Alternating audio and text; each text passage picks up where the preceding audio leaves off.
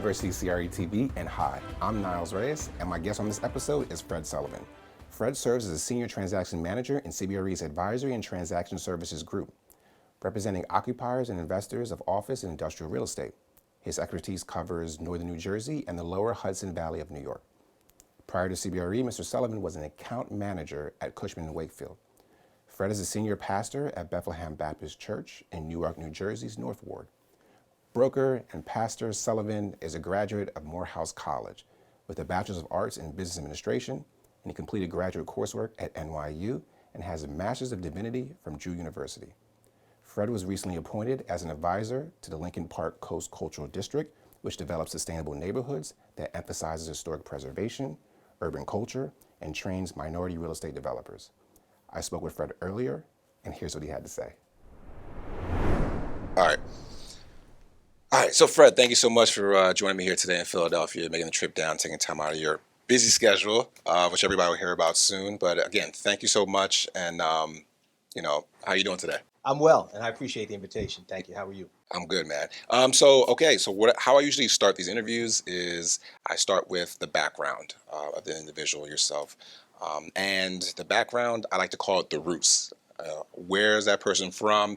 Now, it's up to you. I don't know if you've done a search on Ancestry.com recently. You want to take us all the way back to the motherland, right, or you just want to start out with New Jersey. So I'll leave it up to you. Got it. Well, I have not done one of those surveys. Okay. I've just been protective of my DNA, but Right. people have done it in my family to where, I know now don't do anything wrong Right. because they will find you Right. DNA if they need you. But no, my parents came up at the tail end of the Great Migration from Florida. They met in St. Augustine at Okay. Florida Memorial College. It's now Florida Memorial University there in Miami. Relocated because of extreme racial problems in the city of St. Augustine. Okay. So very funny, growing up in the Jim Crow South, they figured they'll move north. Okay. And they moved to Paterson, New Jersey, where I was born and my younger brother was born, Kenneth, and they were educators. And my mother was told she couldn't have children, so they moved eventually to a town outside of Paterson, which was very, very undiverse. There were no black families around. Okay. But they'd seen worse. And lo and behold, here comes the miracle baby. Fred comes along, and they did not realize that they would not have chosen it, from what I'm told, if they had known that they were having a child. So we lived there until I was about 12. And then they wanted to find an area in North Jersey that was more diverse, and they moved us to Teaneck, which was one of the first towns in the country to voluntarily integrated schools. Wow. And so they knew about Teaneck, and it was a wonderful place. And I still live there today. I've moved away after college and came back.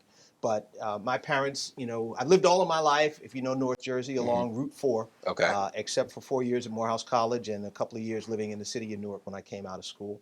And I think it's just been a great place for me to live. And I'm happy that I had two parents who were educators and disciplinarians, but loving people who knew they were black folks. They knew that they were where they came from. They did not have all of the stories back to the motherland, as you said, but they knew enough of their story here, and they instilled that in us. We didn't go to school on King Day, long before the holiday. We knew stories of our ancestors. I got to meet my great grandmother, who was just one generation removed from enslavement. She was born before enslavement ended, 3 years after enslavement ended. So I knew a lot of stories, and I'm still collecting some now because there's so many different things I'm finding out about my family that maybe stories my parents didn't even know, or there were so many things to teach us about the rich history we have.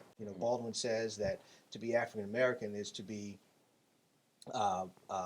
Black African without memory and American without citizenship. I may be butchering that statement, but wow. To be honest with you, I kind of feel that. But to a degree, I'm like, there's such rich history between where I know from myself right now and the Culpeper plantation in Alabama, where I know some of my enslaved African forebears were toiled under oppression. So and all of the beauty and the love in between. You know, you kind of feel it if you've seen Netflix High on the Hog, to be able Okay. to listen to other people's stories and then even continue to think about the different things in our lives, the food, the stories, the culture, the troubles, the travails, the victories, the Right. obstacles that have been overcome. So that's where I come from, you know, from folks who attended a historically black college and met there and decided that they wanted to live a life together, and they had two boys, and I'm just the oldest of the two. Okay. Pause. Let's let the interview breathe, because you just dropped another heavy bars on us with all the descriptions of your background as well as your roots. I mean, you really went into slavery and your parents in I'm North sorry. Jersey. I mean, TNEC being one of the first schools to integrate. I never knew that, but that's very important information that people need to know. And to your point, you know, we joke about Ancestry.com, but you're right. Looking into your roots and your history and your ancestors is very important, especially as you develop as a man or a woman in obviously the black community, but any community for that matter. So I appreciate you giving me that breakdown of your roots and your origins, family origins of that matter. But okay, so let's go back into family. You say you come, your mother and father, they're both educators. You had a brother named Kenneth. Yes. Okay. Do you have any other siblings? No, it's just me and him. Okay. My parents are both deceased. Oh, sorry to hear that. My father died when I was 16. My brother was 12. Okay. Just shy of my parents, 2 weeks shy of his 50th birthday, and several days shy. No, 2 weeks shy of their 21st wedding anniversary, and a month shy thereabouts of his 50th birthday. Wow. I was a junior in high school, getting ready to go to SAT prep, and my mother screamed. So that's enough about that. Wow. But Okay. my mother died when I was 32, maybe. Um, the math is off, but she died in 2008 in February, and we had just told her that Alonda, my wife, was pregnant, and so it was very, I was happy that she knew before she left here that Okay. she was a grandmother, Wow. and our daughter was born in November. Oh, wow. Wow. So then, so you have a family of your own. Yes, And how many kids do you have? just one. Okay, just your Just daughter. one. Yeah, my parents had two. I had one. I Okay. hope that trend doesn't continue for my daughter. My father was a principal Okay. until the day before he died. He Mhm. was, till the day he died, he was a principal at school number 2 in Patterson. My mother was, she retired as English as a second language teacher. Okay. So both your parents were educators. They obviously educators. They probably, and correct me if I'm wrong, but they probably instilled in you that education was super important Indeed, for your life, your future, even your kids' future, etc. indeed, Okay, then. And so indeed. going into the education, and you went to TNEC high school. Yeah. So what happened after high school? Did you continue that path of going down the education path, or? Yes, and no. But I decided that I thought I wanted to be in the military when I was young. Okay. So I basically spent high school trying to get into the Air Force Academy. Really? Yeah. I was nominated. I was not appointed, but I did get a congressional nomination. And I applied. You apply at least at the time. I don't know what it is today, but at the time you apply in your junior year. Okay.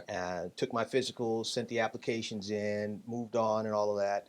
And I wanted to have calculus my senior year of high school, and I wasn't on the path to do that Okay. because I knew when I got in, because I was determined to get in, I knew that when I got in my fourth class year, my first year of college, that I would have calculus again. I wanted to be able to perform well. So my guidance counselor, long story short, found a program with not an accelerated, but at least it was not a remedial math program, something that I could use to build on what I had and get me ready for calculus, which I Right. took my senior year at Morehouse College in Atlanta. Had no intention of going to an HBCU. Oh, okay. Was not concerned about Morehouse College at all. Never thought about it. Okay. It was not something that my parents even ever talked to me about. Right. My father never wore anything that said, the name of his college, except for when he was painting. So it wasn't like it was something that was important in my upbringing. They Right. said you can go anywhere you want to go. Yeah. And Air Force sounds great. We don't have to pay for it. That's wonderful. Right. So at any Question. Why Air Force out of all the other ones? I wanted to be in the military. I wanted to fly. I thought that Okay. I perhaps might want to be an astronaut. Cool. So it makes sense that I'm a real estate broker, pastor, and professor. But what happened was, second grade, I was drawing pictures of airplanes, right? My Okay. second grade teacher decided, oh, you like flight, aviation, space technology, all that other stuff.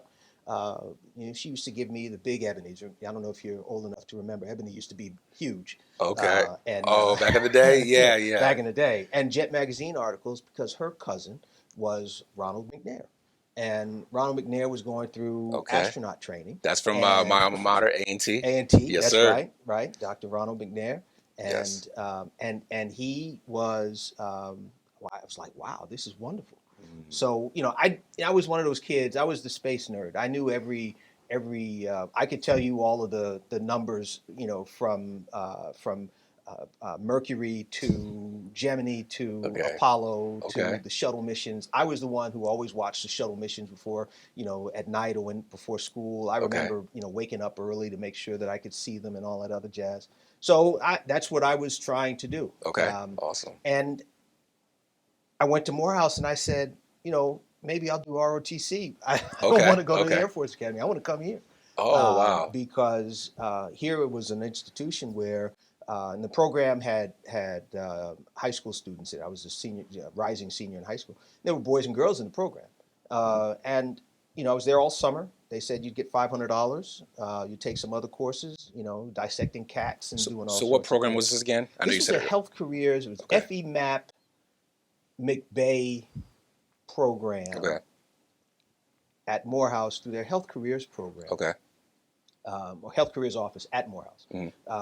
And at Morehouse has a history of producing doctors and yes. dentists. I think at one point, there 20 to 25% of the black doctors and dentists in the country went to Morehouse College. And Right. we're at the time we were the biggest we had ever been at 2,500 students. Wow. So there was a heavy tradition of sending black men to medical school, and so I had no interest though. I knew I didn't want to be a doctor. Okay. But I wanted that $500. I wanted the to take calculus my senior Yeah. year. Who doesn't want to go away for the summer? Right. I was in the program for 6 weeks. I got to leave high school early to go. Wow. So I was like, this is the thing. And then at the time, A Different World was on television. Oh, School Days had yeah. just come out. True. HBCUs were as cool as they'd ever been. Yes.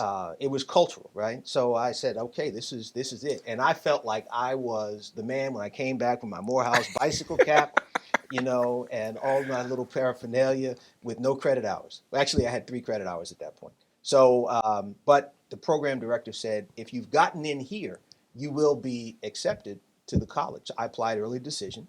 And I got in, even though I'd already applied to Air Force. In my mind, I told Air Force it's over. Okay. Before I had my nomination, when I came back from Morehouse, I knew I was going to Morehouse. Okay. So even though you didn't think about HBCUs or even Morehouse, and then you actually went there based on that program that was brought to you through your counselor, right? And then you go to Morehouse for that summer. And you come back and you're like, this is it. This is it. This is it. I was committed. Okay. I was committed. And what's funny is my parents, through the church that they attended, or we all attended when I was a kid, Calvary Baptist Church in Patterson. Benjamin Elijah Mays, who was the president of Morehouse College from 1940 to 1967, he was Martin Luther King's president. Okay. He came to visit. He wrote a book, his memoir, Born to Rebel. Excellent book if you can find it. A wonderful story. What's the book called again? Born to Rebel. Born to Rebel. Okay. Mays is a hero of the civil rights movement. Okay. But not often talked about. There are so many heroes, Yeah. men and women, Right. whose names we might really ever know. True. But if you do a little digging, you can find out about the men, and you can Yes. find out about some of the women without whose creativity and hard work and excellence and determination, we might not be sitting where we are Right. today. And Mays is one of those figures. Okay. So he wrote the book and he signed it, and my parents had it inscribed to me and my brother. And having never uttered the word Morehouse College in our in our lives to my own remembrance, both of us graduated from Morehouse College. Wow. But since I was the first and since I'm the oldest, I got the book. Hey, that's how it goes, I've man. taken the privilege. That's how it goes. No, that's awesome, man. And I'm sure a lot of people watching this interview really relate to your story. I'm sure there's a lot of brothers that are at Morehouse that who can relate to your story about, different world and school days, et cetera. And then they went to Morehouse, like this is it. And that's kind of going on right now. Whereas HBCUs are kind of the wave right now. I especially see that in my alma mater, North Carolina A&T. And thankfully, I'm so glad I went there, you know, 12 years ago, because coming from Philadelphia, nobody knew what North Carolina A&T was, let alone the few schools in the area. Probably the most prominent was Dell State, Lincoln, obviously, Right. Cheney, Hmm. prominent, and then obviously Howard. But going to North Carolina A&T, not many people heard of HBCUs outside of the regional area. But now, to my point, HBCUs are back in the spotlight, as they should be. Right. It's well deserved. So I'm sure a lot of people relate to our backgrounds, and especially yours being a Morehouse brother with your Morehouse storied history. So, okay, so let's fast forward a little bit. Appreciate all that background. So, after Morehouse, what's next? Um, I fell into real estate. Okay. Um, Hold on. What are you majoring? I majored in business administration Okay. with concentration in um, business banking and finance. Oh, okay. Okay. So I wanted to be, what everybody else in the finance, Hmm. area wanted to be, Okay. which was, an analyst on Wall Street in Okay. investment banking or Okay. in some sort of trading program. That Right. didn't work out for me. Okay. I think I wasted a little time at Morehouse. And I was a thank you, Lottie type of graduate. Oh, okay. But I made it out and made Right. it out in 4 years. We So appreciate your transparency and your honesty, yes, man. I love it. yes, I love it. I was not at the front of the line, and I knew that. Okay. Although I did well in my major courses once I got my act together and spent Right. more time in my concentration.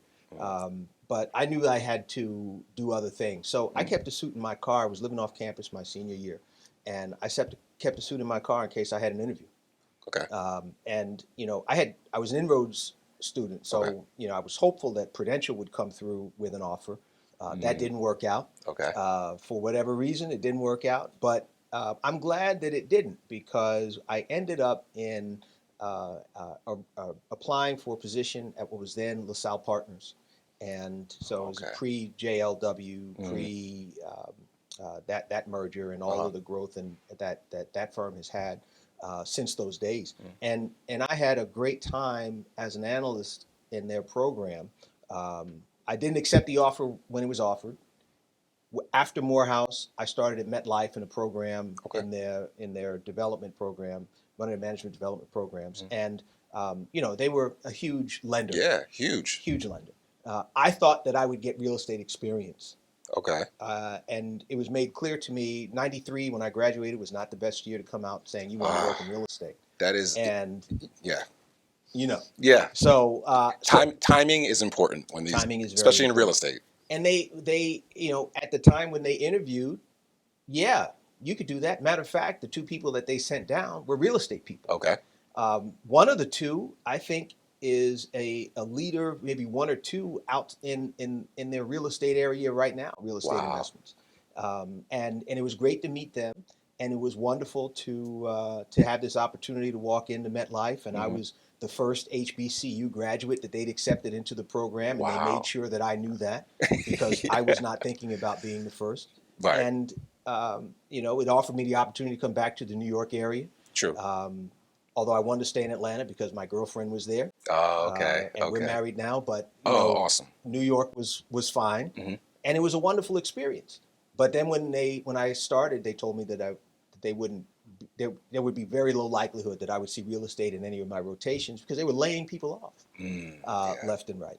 Yeah. I left after my first rotation. I said I would do my first rotation. I left after 6 months, Okay.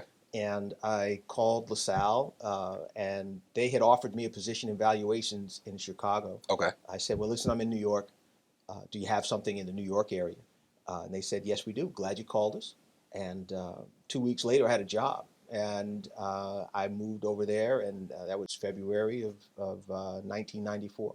So I Wow. was there for almost 3 years. Okay. and that was just the beginning of my real estate career. So after Morehouse, I was not thinking about another degree, although I probably should have. Okay. I probably should have forced myself to get an MBA at that point, Okay. but I did not, Okay. and I continued on in working in real estate. Okay. So then after MetLife, what was the next job?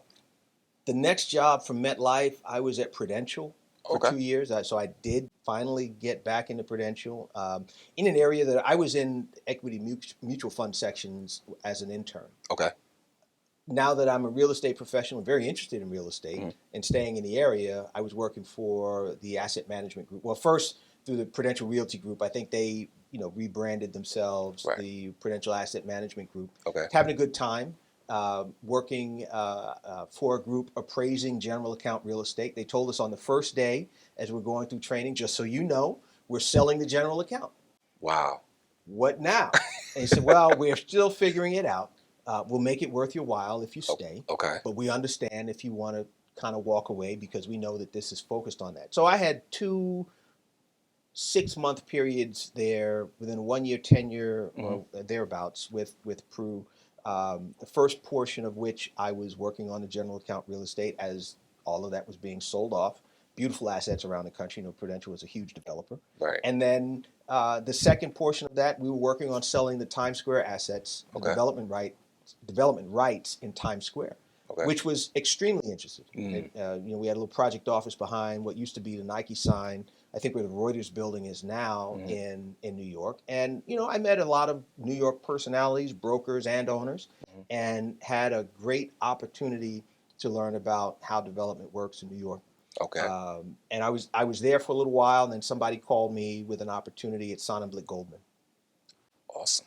So I went to Sonnenblick Goldman, because Prudential's making changes, I could make something else. And now I've gone from analyst, here's an associate spot. And I said, I'm an associate, I don't have an MBA. Look at what has happened. So I'm Okay. at this, this great investment bank.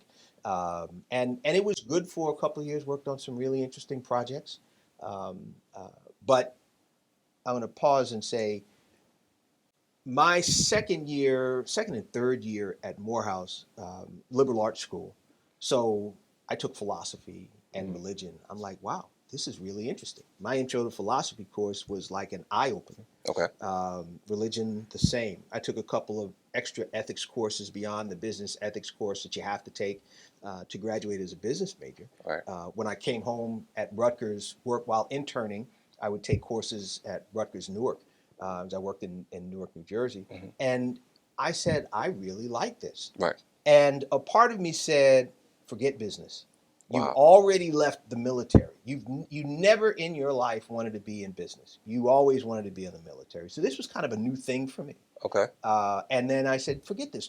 Change your major to philosophy or something, Right. and go that way. This is at Morehouse. This is what I'm thinking as a college student before Right. I got my degree. Okay. And basically, the other part came up. You are getting out of school in 4 years, and if you make the change now, it's only going to change that timeline. Finish your degree, figure it out later. Right. So and you fast forward. From Sonnenblick, I went to Cushman Wakefield. Okay. From Cushman, I went to URS. Okay. From URS, I came back to Cushman, so I was there for 6 years. Right. Altogether. I got the watch and a lunch, and it was great. And then from Cushman Yeah. to CBRE, which is a really good story. We can come back to that. Okay. I've been at CBRE now for, I think this is my 14th year. Wow. So all of that happened, but that philosophy and religion piece never really left me. It was still that And itch. along the way, probably about 2009, 2008, I started to perceive a call to ministry. And I told my wife, and she said, what do you think that means? And I said, I don't know. She said, I didn't marry a pastor. And I told her, I didn't marry a pastor's wife. Oh, right. This is not what I saw for Yeah. myself. And my pastor, after I had a conversation with him, said, you got to go to seminary. And I went, and I'm sitting in my first couple of classes, and I'm like, this is it. Wow. This is where you should have been. Forget that should have been. This is where you need to be now. Wow. Okay. So I did Preach. that while working. And, at CB, I've been in real estate transaction management, kind of more of a corporate real estate thing. Right. And I remember that my one of my main clients was acquired around that time. Okay. And I started spending time around a pharmaceutical firm that we all know as an account, as a transaction lead on the account, doing stuff in Latin America, which Wow. I don't speak Spanish, I don't Right. speak Portuguese. I didn't travel anywhere, but I was working on transactions. Right. And everything changed for me, but the way that things were set up, I could go to seminary at lunch. I'd spend the morning in the office in Saddlebrook, go to seminary at lunch, and have lunch and work on project stuff from 1 o'clock to 6 o'clock, and then go to class at 7. Man. And how long did you do that for? An MDiv, Master of Divinity, takes 3 years full time. Okay. I went kind of full time, but mostly at night, so it took me 4 years. Wow. And 4 years of a lot of shucking and jiving, and leaving class to take calls, and sometimes having my computer open with my email up because got to do what I got to do. Right. But it was an interesting time. Man. Oh my gosh. I mean, hats off. I gotta shake your hand. That's thank you, brother. I mean, that is some hard work, and it's funny because we all have things we aspire to be, and sometimes we have an itch or a want or just a calling, and we also have a career. And sometimes it's like, why am I feeling this at my age? I'm 28, I'm 35, I'm 44, But as life progresses, there's a new phase that we enter. And that phase may come to you at 28 and it may come to you at 48. But just know it's the right time that it's coming to you. And it's probably a time where you can, if you put the extra effort in, do both. Like for instance, you may not have been able to do that at a younger age, or when you had your family, your family was younger as well. But now that you're more mature, now that you're a little more stable, now that your family is more stabilized as well, and with the experience, hey, it's time to scratch that thing. And you obviously scratched it, and it took you balancing not just your busy commercial real estate brokerage career, but also a Master's in Divinity course load, which I'm sure isn't easy, right? So, congrats to you, and that's why I wanted to shake your hands. So, are you a pastor after? Did you get into the ministry right after graduating with your Master in Divinity? Well, I've always served. Okay. I came up as a church boy. I mean, I was Oh, okay, always in okay, it. It okay. became more serious for me personally, probably in my second year professionally, Okay. working at LaSalle at the time. But, I always did something. Okay. And then all right. eventually, because I had a business degree, somebody asked me to be a trustee. All right, so now I'm writing checks. So And you were always doing something in always the serving in church, some in the capacity. background. Okay. Right. It's just that later on in your career, you made it official. I'm getting this degree, we're getting these credentials, and I'm doing this thing.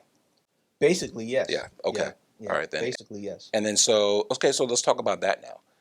So you are a pastor. I am. Let's talk about that. Where do you pastor at in New Jersey?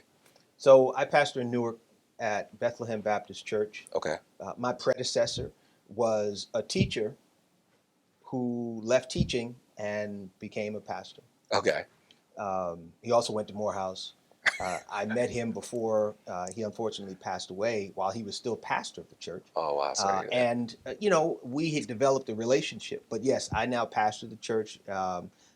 It's a good thing to have known him. All right. Because knowing him helped me to have good relationships with many of the people who Right. he pastored, some of whom from their childhood. So let me ask you a question. Is this like a thing? Brothers from Morehouse going into a career, then becoming pastors, or is this something that happened to your predecessor and I yourself? think it's just something that happened to Oh, us. okay. I mean, Let's to be say. honest with you, the Morehouse was founded to teach formerly enslaved African Americans Right. the preaching and teaching, I would say, when I used to give tours on campus. Okay. Education and Mhm. religion. Awesome. And so there is a very strong tradition of, Morehouse preachers, Oh, just okay. pastors, just in general. Good point. Thanks.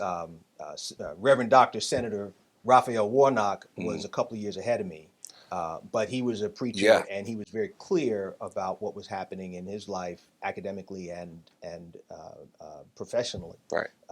Mike Walron at First Corinthian was a classmate of mine, Okay. as was Jamal Bryant. Otis Moss III was a couple of years ahead of me. Okay. So there was a strong tradition of preachers. Of course, Martin Luther King Jr. and Martin Luther King Sr., both of whom were Morehouse men who became pastors. I think I just was not paying attention, and for me, it was later than earlier. Wow. But my thing now is, I'm still a real estate professional, Okay. and I just live in both of those worlds, Yeah. in those domains. At some points in time, especially when I was a student, it was maddening. I can imagine. And maybe sometimes I didn't do either one as well as I probably could have if I were focused solely on one or the other. But this is the path that I'm on, Yes, and sir. God knows who I am, what I am, and which way I'm going. So until God says stop, I'm going to do both of these things. Because this is just who I am. And I'm not the only one. There are plenty of people who do this. Okay. I've got friends in New Jersey, in the city of Newark, who are doing, board members, government leaders, teachers, principals, and pastors. Right. Right. And I pastor a small local church. We're not huge. We don't aspire to be huge. We just aspire to be obedient. And whatever it is that happens as a function of that is what happens. And as long as I'm able, I can do both. And I find it refreshing sometimes to be able to be in both of those worlds, because a lot of people leave ministry every month. A lot of pastors leave ministry every month, and I've got something else. I've had barbers who said, "Listen, I've traveled and I brought my tools with me, and I could tighten somebody up while I'm away." Right. I got a bag of tools that I could take. I could open up my own shop. I could work with other folks. If this thing didn't work out like I wanted to, or maybe that's just the next progression. But for right now, it works for me. It works Yes. for them, and I love it to be able to have, all yesterday. I know I got to preach Sunday. I got to prepare a sermon. I've got other things that are going on. Other things that are happening in our church life and our community life as we try to become a better community partner to Right. those around us.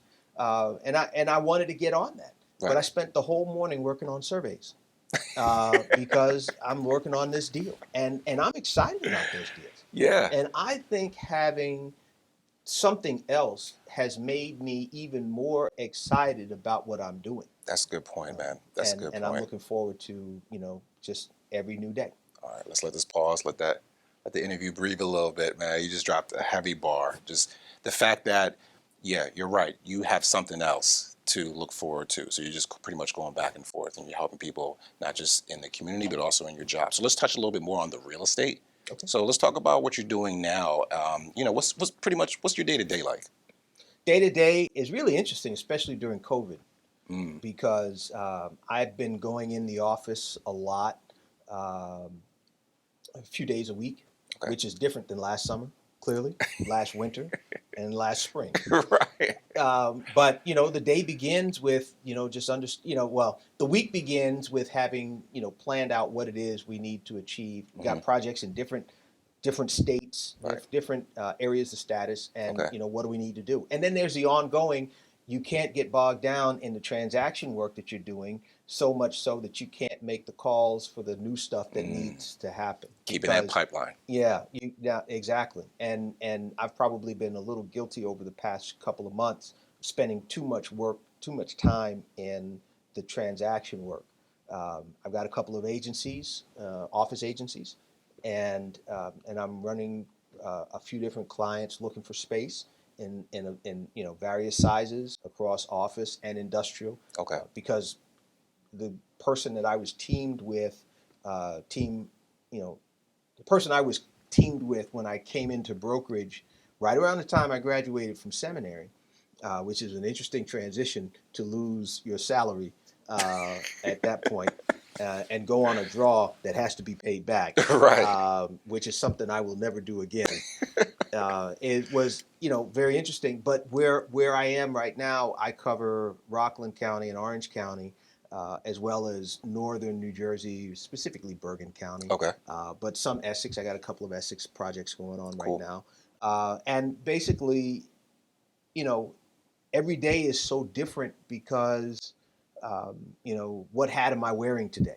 True. Am I in Orange County showing space? We've got a couple of listings up there. Am I working on land or am I working on buildings? Because industrial, you got to work on both, especially in areas like I work on. Am I now the tenant rep?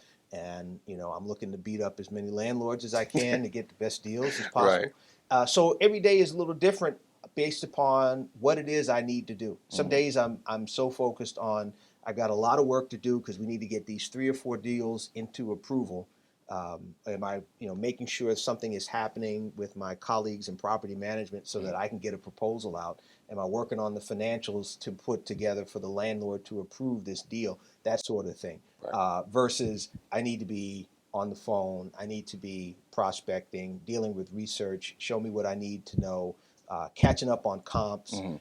Every day is different. Yeah, yeah. No, it sounds dynamic. I mean, both your jobs, they sound really dynamic. But that's one of the reasons why I wanted to have you on this platform. So I really do appreciate, again, you coming down here and sharing your story with the rest of the world. Hey, thank you so much for tuning in.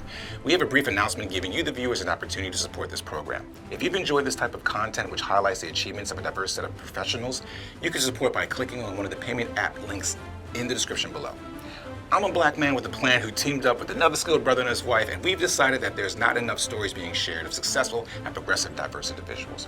For instance, if you haven't caught on already, I'm from Philly, and if you're from Philly too, see if you can answer these 3 questions. Who is the most popular black actor from Philly?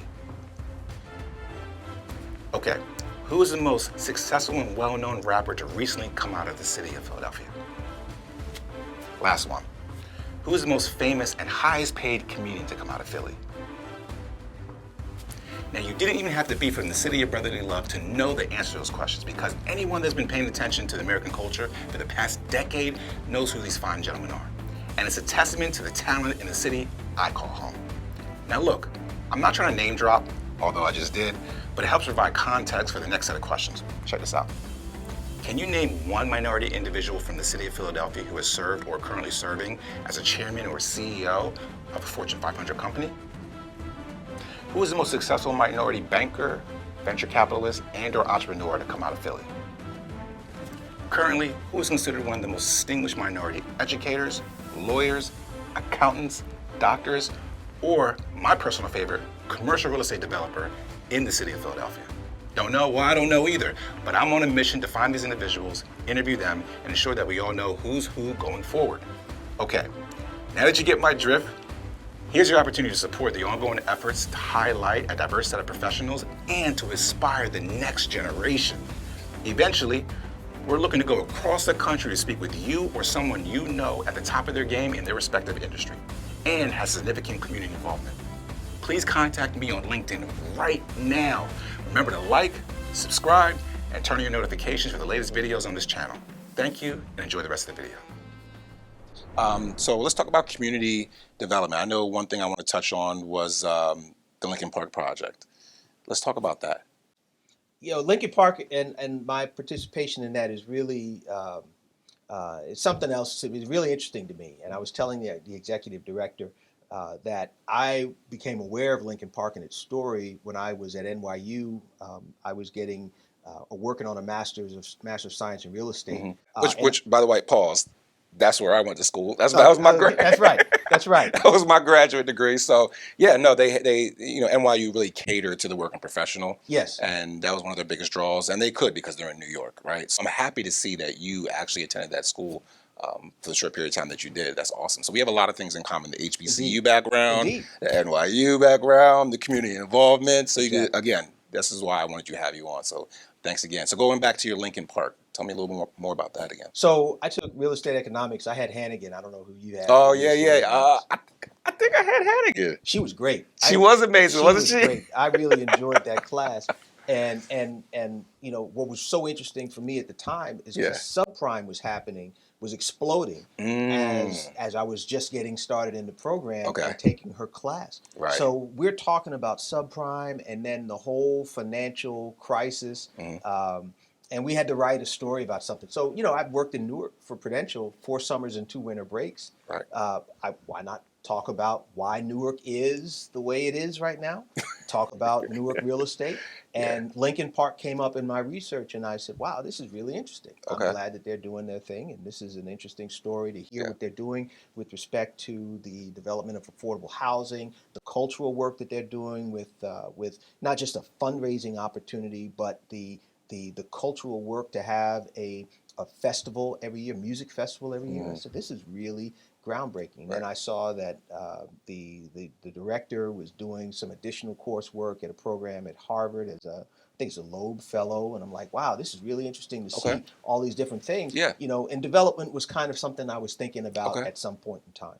So fast forward a few years later, we were talking about the after the aftermath of the death of George Floyd and Ahmaud Arbery and Breonna Taylor.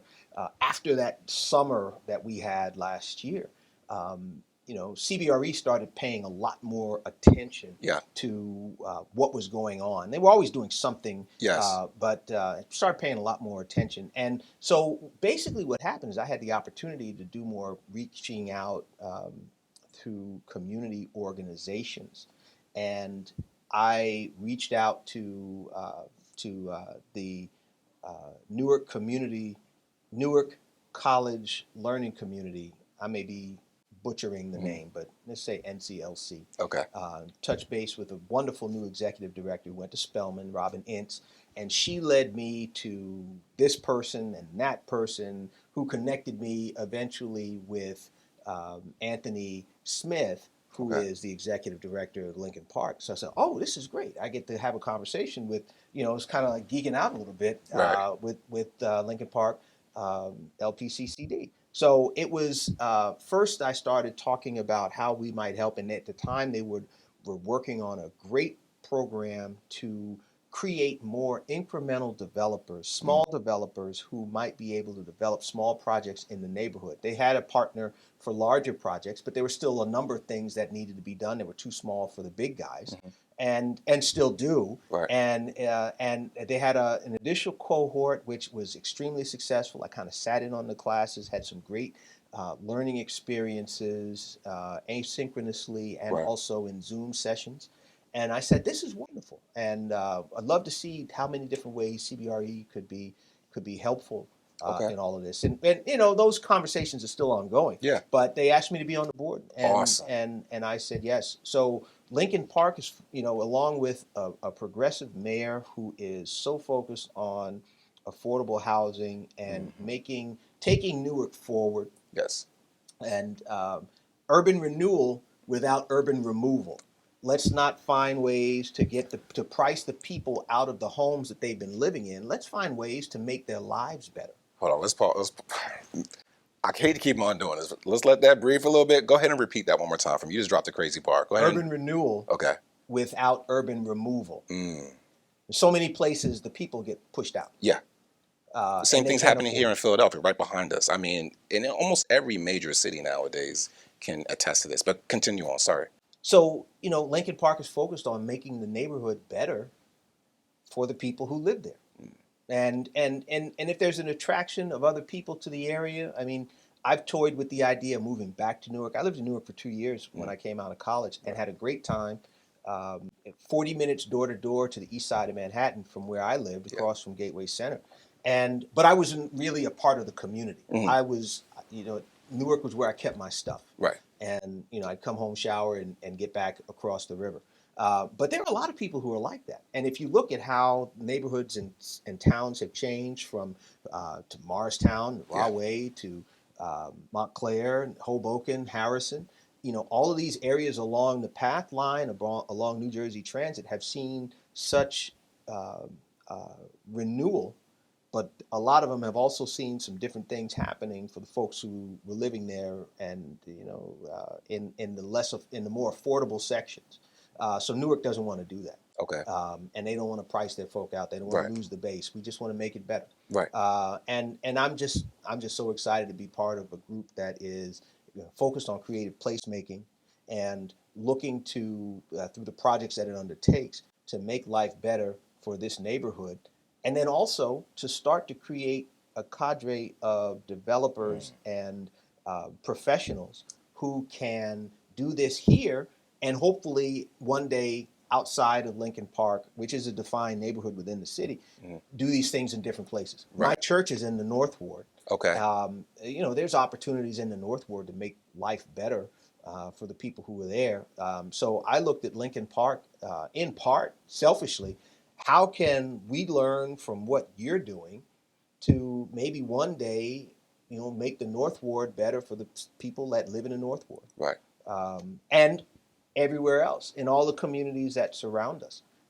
As we look at what's happening in East Orange, the renewal that's happening there, Bloomfield is going through something, but the Oranges are experiencing, East Orange and Orange are experiencing some interesting projects and Okay. an interesting environment. So why not make things better for the people who live there?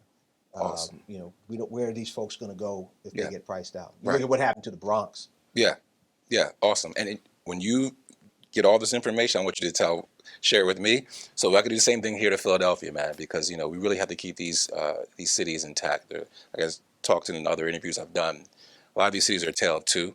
You have your hot neighborhoods, then you have your neighborhoods that are still struggling. So it's important that they're showing you, or you're a part of a program like Lincoln Park, and we need to do stuff like that here in Philadelphia. And we may have that already here, but it's good that people like yourself and myself are a part of these, so we can be the ones to go in the community and kind of get things activated. Right. And like you said, drop that bar one more time for everybody. Drop that bar one more time, please. Urban renewal without urban removal, Man, which is not like that's a powerful. tagline. It's just something. Yeah.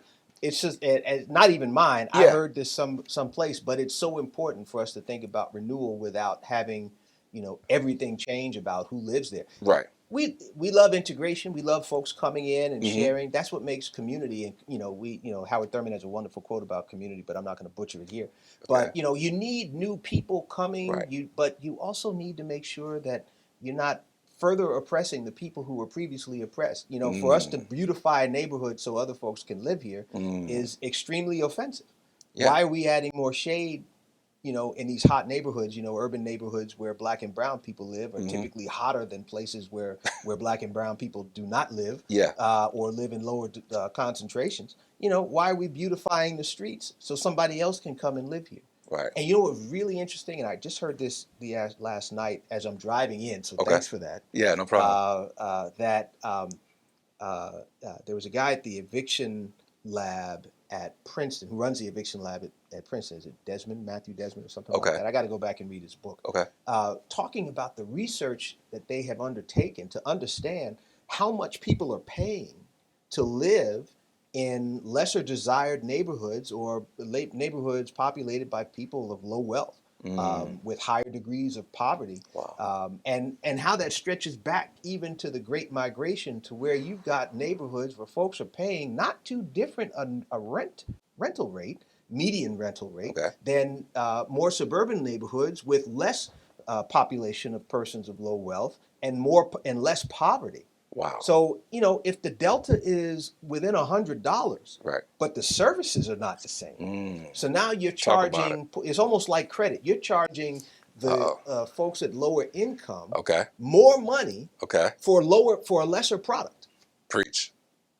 And how do we do that and expect for folks to be able to make it? And, we had talk about the eviction crisis in the country, and of course the lack of housing in general, but certainly affordable housing. And how that impacts future generations of black and brown people. It's a continuate, I was listening to somebody talk about reconciliation. And reconciliation is impossible before repair happens. Truth and reconciliation ought not, there's something in between that. We have to have truth, we have to have repair and reconciliation. And one of the ways that we repair damage done by folks, Du Bois talks about the Philadelphia Negro. Right. These people all of them weren't always here. Some Right. of these people came from down south. They Right. were oppressed there. They came here. They were oppressed here. Right. They've been oppressed all along. Right. And now we expect for things to be hunky-dory. Right. Right. And then we want to move them out of their neighborhoods. All right, let it breathe. You keep on putting just so many gems out there. I really do appreciate it. You obviously got your pastor hat on just now, and I do appreciate you sharing all that great information.